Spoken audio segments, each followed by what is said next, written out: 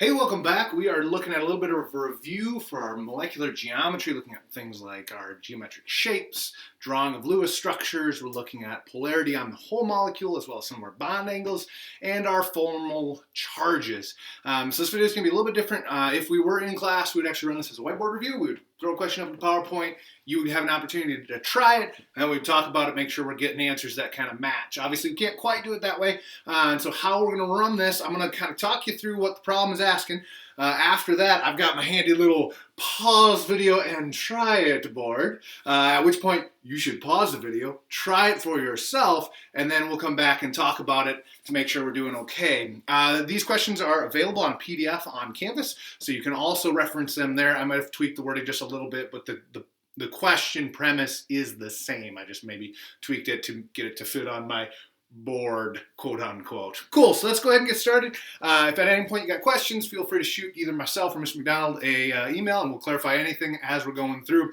We're going to do our best here and make sure we're doing okay. Cool, so the first question, letter A, is asking of these, so using these structures, we're going to answer the following questions.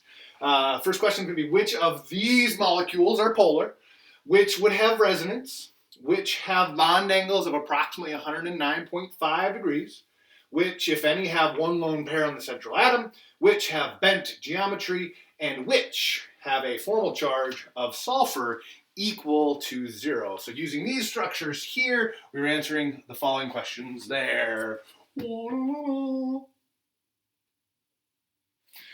Cool. Hopefully you had an opportunity to kind of work through this, make sure you're doing okay. If it was me, as I kind of start to look at these, I actually like to start by just determining what my geometric shape would be. I've got 6 bonded to the center. That means this is going to have to be octahedral. We've got, missing an important piece of information. Excuse me, sorry about that. There are lone pairs on this central sulfur here, which turns this into a seesaw shape. Here we've got 4 bonded to the center. As an aside note, this is probably the most missed piece, and I really wanted to highlight that. If your structure has a charge on it, in this case the -2, that means it has an additional 2 electrons. We'd have to add 2 extra. And then to show that this is an ion, we actually put the whole thing in brackets with a little 2-. And so for my students, if you see like notes where it say brackets and charge for ions, this is what it's referencing or getting back at. And I forgot to do this on the first video, I apologize. It's easy to do. Make sure you got brackets and charge on your ions. I got 4 bonded to the center, so this is going to be tetrahedral. I've got a bent molecule here and a bent molecule here. Cool. If we're looking for resonance, we're looking for a molecule that we could draw a different way. And as I'm looking, I think there's only one possibility here, and that's going to be the one here that's got these double bonds. Theoretically, we could have the double bond to the top and bottom oxygens. Instead of across from one another, we could theoretically have both of them here and none here and just single bonds here. So we could theoretically move these double bonds around. So I think our only structure that's got resonance, and I skipped one, I apologize, resonance is letter C. Number 1, which are polar. Looking at polar molecules. Sorry, I'm out of order. Polar molecules. For our molecules of polar, we're looking for molecules that aren't evenly distributed. Oftentimes, this is due to either a different functional group or a different atom on the molecule than all the rest. So, for example, if one of these was a fluorine, then it would no longer be symmetrical. Or we're looking for lone pairs on the central atom. I got some lone pairs on B, which makes this non-symmetrical. I've got lone pairs here. There's nothing kind of counteracting the oxygens above. There's nothing counteracting the fluorides above. And so the 3 with my lone pairs here would be my polar molecules, B, D, and the letter E for our polar molecules. Cool. 1 lone pair on the central atom. So this has got no lone pairs. Here's the 1 lone pair. No lone pairs, 1 lone pair, and 2 lone pairs. Specifically, we're looking for 1 lone pair. Looks like our best answer here is going to be B and D. B and D. Next question, which are bent? Oh, we already did this. We already went through our shapes based upon our number of atoms bonded and whether or not there's lone pairs. Our bent arrangements here were D and E. D and E for that one. And then we've got which of the following have a formal charge of S, or sulfur equaling 0. Okay, formal charge is new for us. We've never seen this before our college chem. For formal charge, you're going to take the number of valence electrons minus the number of lone pairs minus 1/2 the bond pair electrons. Now, theoretically, you could shorten the bond pair. If you just count each bond as 1 electron, it could be minus, and that's plus. Sorry, then we're going to add those two together. We would add those together and subtract from the original number of valence electrons. So for this sulfur here, we started sulfur, if you look in the periodic table, it's in the 6th column. So it's going to be formal charge, valence electrons are 6. For this sulfur, there's no lone pairs, so 0 for that. We've got 1, 2, 3, 4, 5, 6 bonds total. That would be 12 electrons in the bond, but only half of them are being shared with the sulfur. So it would be 6 of our bonding electrons. So 6 minus 6 plus 0, which is 6. 6 minus 6 is 0. Cool. On this one here, we've got 1, 2, 3, 4, 5, 6. 6 valence electrons still, because it's still sulfur. So it's going to be 6 minus. We've got 2 lone pair electrons and 1, 2, 3, 4 bonds. So it's going to be 2 plus 4. 6 minus 6 is going to equal 0. We've got a sulfur. Again, it's 6 valence electrons. We've got 1, 2, 3, 4, 5, 6 bonds, which would be 12 electrons total. Half of 12 is 6. 6 minus 6 is going to give us 0 for this one. Here, another sulfur, so it's going to be 6 minus. We've got 2 lone pairs electrons. 1, 2, 3, 4 bonds total. So that's 8 electrons. Divided by 2 is 4. And so it's 1, 2, 3, 4, 5, 6. If you want to think of it that way, that's easier. There's 1, 2, 3, 4, 5, 6 electrons being assigned to the sulfur. But 2 plus 4 in this case is a total of 6. 6 minus 6 is 0 on our formal charge here. Sulfur 1, 2, 3, 4. Sorry, it's still 6. It's going to be minus 1, 2, 3, 4 lone pairs. Plus, we got 4 bonding electrons, but we got to divide them by 2 because they're in a bond. So that's going to be 4 plus 2. 6 minus 6 is 0. And so for 6, it would be all of them would have an S equal to 0 on our formal charge. I went through that kind of fast. There's a couple different ways you can kind of start to think about that. Hopefully that helps on our formal charge. Cool. B. We've got a couple of different options here on B. We've got our PCl3, so phosphorus trichloride. We've got phosphorus pentachloride.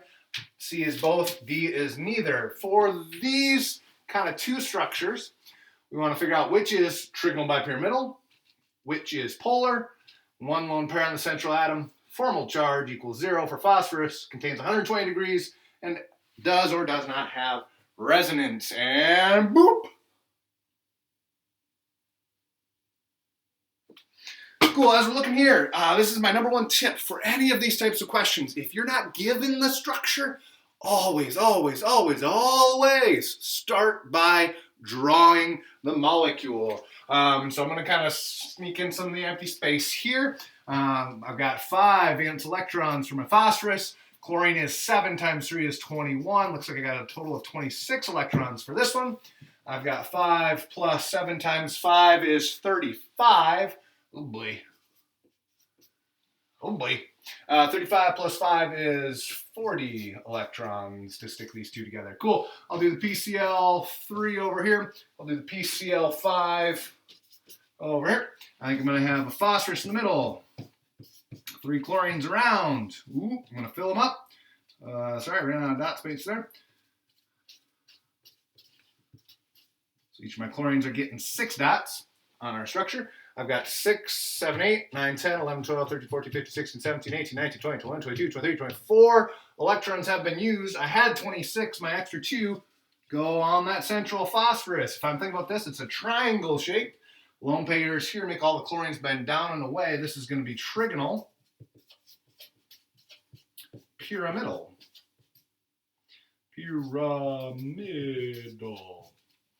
Well, over here, I've got to bond 5 chlorines. 2, 3, 4, 5. I got a chlorine and a chlorine and a chlorine and a chlorine and a chlorine. I just did 2, 4, 6, 8, 10 electrons in the bonds. So 40 minus 10, we're down to 30 electrons. I'm going to fill up. I've got 1, 2, 3, 4, 5, 6. 1, 2, 3, 4, 5, 6. 1, 2, 3, 4, 5, 6. 1, 2, 6. 1, 2, 3, 4, 5, 6. I did 6 times 5 chlorines. That's 30 electrons. I am out of dots. Here's my structure here. I've got 3 around the center, 1 above and 1 below. That's going to make this trigonal bipyramidal. Sorry, I'll switch back to my blue because my black is running out. Cool, as we're looking, trigonal bipyramidal, well, this is just regular trigonal pyramidal. Bipyramidal, we just figured out, is letter B. Polar molecule. Well, this is going to be symmetrical. We got chlorines all the way around, but we've got these lone pairs, meaning there's nothing above. Our polar molecule is going to be letter A, our trichloride. 1 lone pair. There's no lone pairs here, but there is one here. So I believe A is our answer for 3. Formal charge on phosphorus equal to 0. Well, phosphorus, if you count over, is in the 5th column. Formal charge, we've got to take the original number of valence electrons for phosphorus, which is 5. Minus its lone pair electrons, we've got 2 on there, plus 1/2 the bonding electrons. We've got 2, 4, 6 electrons. Half of that is 3. 2 plus 3 is 5. 5 minus 5 is 0. If we come back over here, if we're just kind of wanting to shortcut it, we could kind of do that. We've got 5 valence electrons originally on phosphorus. 1, 2, 3, 4, 5 of them are being assigned to the bonds here. 5 minus 5, our P equals 0. And so formal charge for P equals 0 would be both, which is letter C. Letter C. Contains 120 degree bond angles. I think this is going to be a little bit less than 109.5. Its electron geometry here would technically be tetrahedral.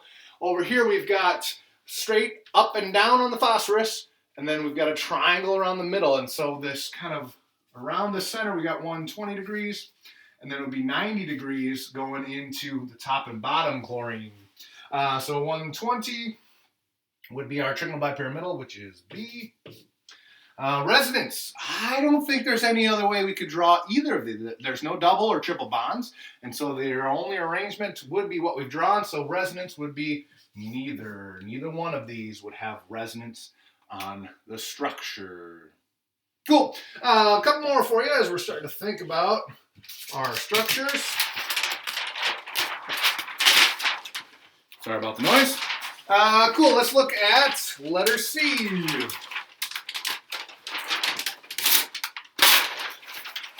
C, so we've got 6 structures here. So 6 formulas, and again, when in doubt, draw it out. You've got to have the structure to be able to start to determine bond angles, polarity, all of these different pieces. Got to draw them first. Once we've got them drawn, we can answer the following questions. Which is tetrahedral? Which has only 1 double bond? Which central atom breaks the octet rule? Which contains 180 degree bond angles? Which one has a central atom that contains only 1 lone pair? Are they polar molecules? Which are polar molecules, and which would be considered planar? Whoopa!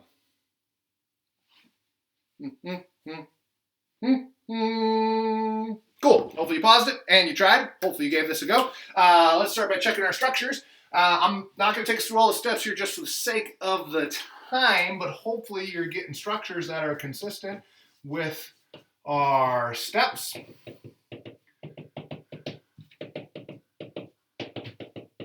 So it looks like we've got 4 chlorines bound to the center of our carbon. This would be tetrahedral. In nature, cool. B, we've got carbon with 2 sulfurs. I think we end up with something that looks like this. We're following our Lewis structure rules. Here we've got carbon in the middle. I'm going to need the double bond to my O.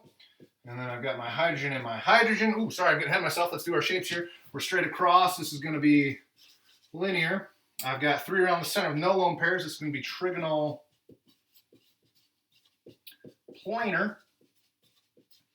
Up over here, we end up with P in the middle with 3 hydrogens around. That ends up with lone pairs on the phosphorus. Reminder, hydrogen only needs 2 electrons because it's only in the first energy level. This is a triangle with lone pairs, makes it bend down and away, turning that flat triangle into a trigonal pyramidal.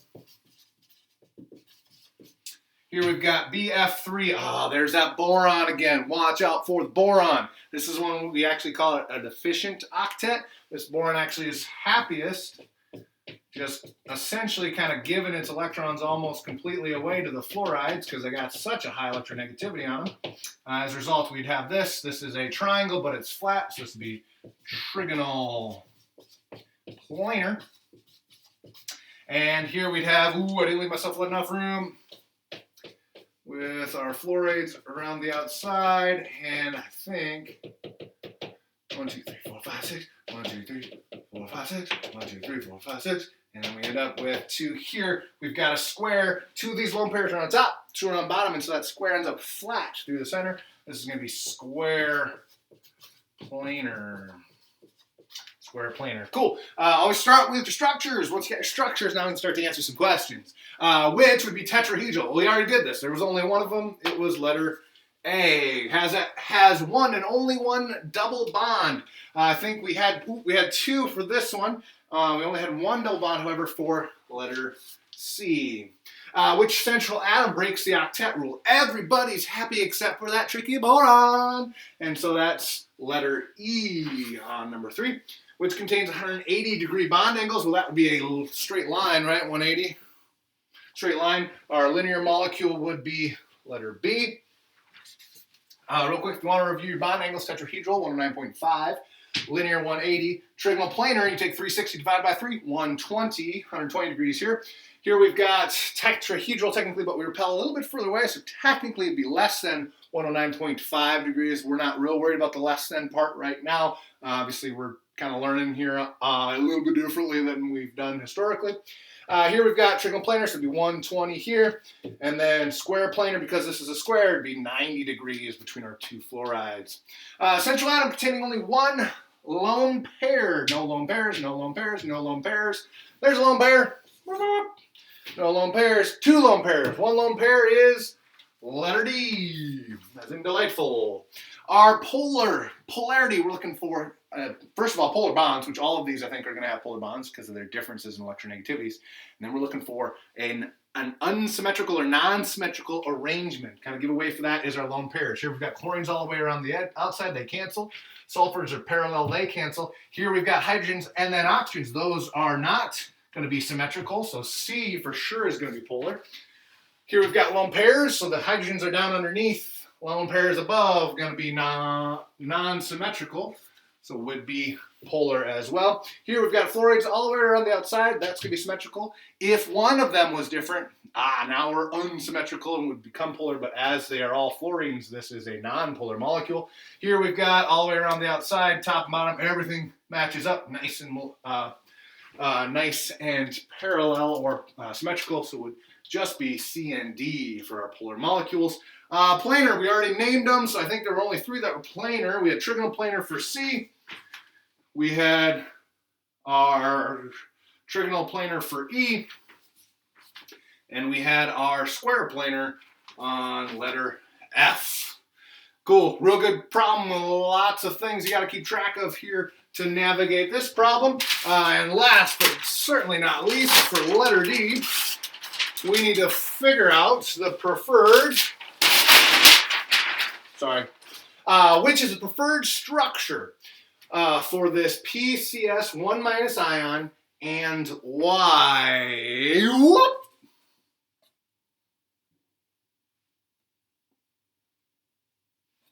Cool, hopefully you paused it and you tried it. Always start by drawing the molecule. Now here we've got some options. A couple different ways we can start to draw this, but we did get the hint that carbon goes in the middle. A couple different ways we can do this. Something like that. Again, remember your brackets if we're doing our brackets on these structures. Cool, our other option would be to do some triple bonds. Something like this. We could also do the triple bond to the sulfur. Carbon, triple bond, sulfur, single bond to the phosphorus. Again, remember your 1 minus charge. 1 minus charge, keep consistent. Cool, now the question becomes which of these is going to be most preferred? And the answer for that comes from our formal charge. Now, if I'm looking at carbon, carbon's got the same number of bonds in all of these. And so if we're doing our formal charge for that, it's going to end up being the same. Carbon starts with 4 valence electrons. It has no lone pairs, but it's got 2, 4, 6, 8 half of 8 is 4. 4 minus 4 is 0. So the formal charge on all our carbons here are 0. So carbon's obviously not going to kind of give this away or tell us what it is that we're working with. Our next piece, sorry, my computer froze on me. I didn't move my mouse enough. Cool. Our next piece is to look at, let's do the phosphorus. Phosphorus is in the 5th column, so it's got 5 valence electrons. And this has got 1, 2, 3, 4 lone pairs, 2, 4 bonding pair electrons. Half of 4 is 2, so 4 plus 2 for this one. We got 5 minus 6 for a negative 1 on our phosphorus. Sulfur is in the 6th column, so it's going to be 6 minus, we've got 4 lone pairs, we've got 4 bonding electrons. Half of 4 is 2, so 4 plus 2, 6 minus 6 is 0. So for our formal charge on phosphorus, it is negative 1 and then 0 on our sulfur. We end up doing the same down here. We've got 1, 2, 3, 4, 5, 6 lone pairs. Sorry, phosphorus is in the 5th column, so it's going to be 5 minus 6 plus 2 divided by 1 is 1. 5 minus, well, 7, it's going to give us a negative 2. Here, sulfur starts with 6 valence electrons. We've got 2 lone pair electrons. 2, 4, 6 divided by 2 is 3. We've got 5 minus, 6 minus 5 for a total of a plus 1. And that is way too far of a variation. Our goal is to be as close to 0 as possible to have a formal charge that is stable. So this one is right out. We're going from negative 2 all the way to plus 1. Not so great. Here we've got negative 1 and 0. That's pretty good. And 0. That's pretty good. If we do the same up here, we've got 1, 2, 3, 4, 5 minus 5 for 0 on the phosphorus here. We end up with the negative 1 if you're doing your formal charge on the sulfur here. Now the question is, where does that negative 1 want to or prefer to be?